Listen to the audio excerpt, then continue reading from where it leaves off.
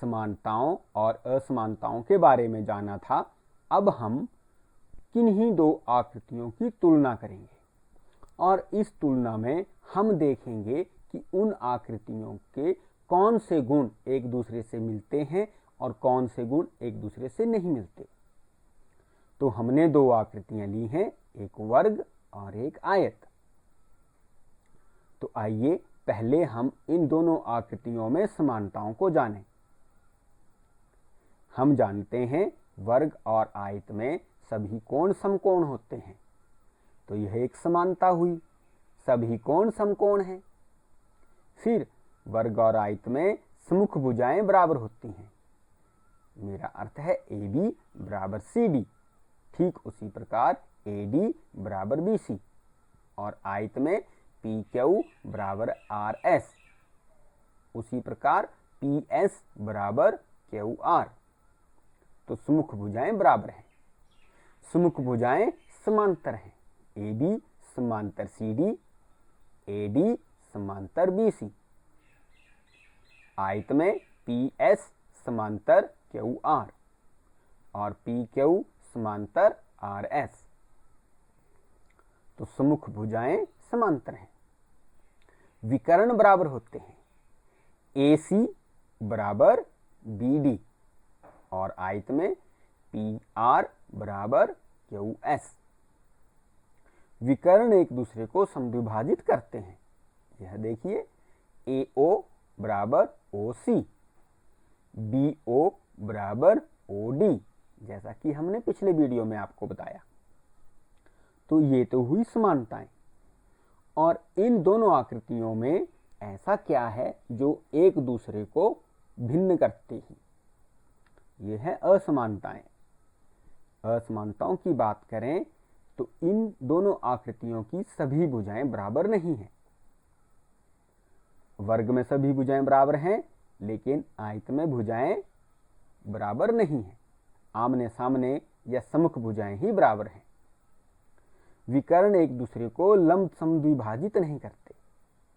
हम देख रहे हैं कि वर्ग में विकर्ण एक दूसरे को लंब समद्विभाजित करते हैं, जबकि आयत में ऐसा नहीं होता। तो ये गुण हैं जो इन आकृतियों को एक दूसरे से अलग कर देते हैं। आइए अब एक और रोचक गुणों के बारे में जानें। इसमें हम एक आकृति में अन्य आकृति के गुणों को ढूंढेंगे।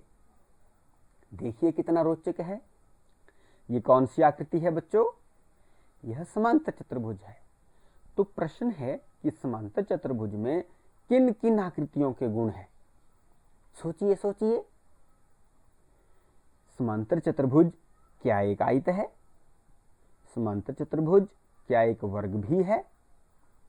समांतर चतुर्भुज को हम क्या समचतुर्भुज भी कह सकते हैं? आइए देखें कैसे। समांतर चतुर्भुज में सम्मुख भुजाएं बराबर होती हैं।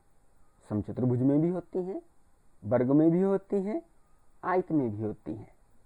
तो समांतर चतुर्भुज का यह गुण अन्य तीनों चतुर्भुज में शामिल है।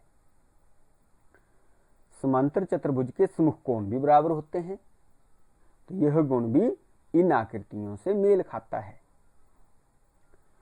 समांतर चतुर्भुज के विकर्ण एक दूसरे को समद्विभाजित करते हैं, यह गुण भी इन तीनों आकृतियों में मिलता है। तो बच्चों, यह कुछ गुण हैं जो एक आकृति और दूसरी आकृति में मेल खाते हैं। यह हम कह सकते हैं कि इन गुणों के आधार पर समचतुर्भुज को हम एक विशेष आकृति आयत भी कह सकते हैं। अगर समचतुर्भुज की भुजाएं बराबर हो जाएं तो यदि समांतर चतुर्भुज की भुजाएं बराबर हो जाएं तो यह एक समचतुर्भुज बन जाता है। अगर समचतुर्भुज के सभी कोण 90 डिग्री के हो जाएं तो यह एक वर्ग बन जाता है। आयत की सभी भुजाएं बराबर हो जाएं तो यह एक वर्ग बन जाता है। तो देखिए, इन आकृतियों में कुछ गुण हैं जो एक दूसरे को भिन्न करते हैं और कुछ गुण ऐसे भी हैं जो इन आकृतियों में एक जैसे हैं। तो हमने इस प्रकार एक आकृति में दूसरी आकृति के गुणों के बारे में जाना। आप भी किसी भी आकृति को आधार मानकर उसमें अन्य आकृतियों के गुणों को खोज सकते हैं। यह एक बड़ी रोचक अभ्यास है, इसको आप अवश्य करिए। धन्यवाद।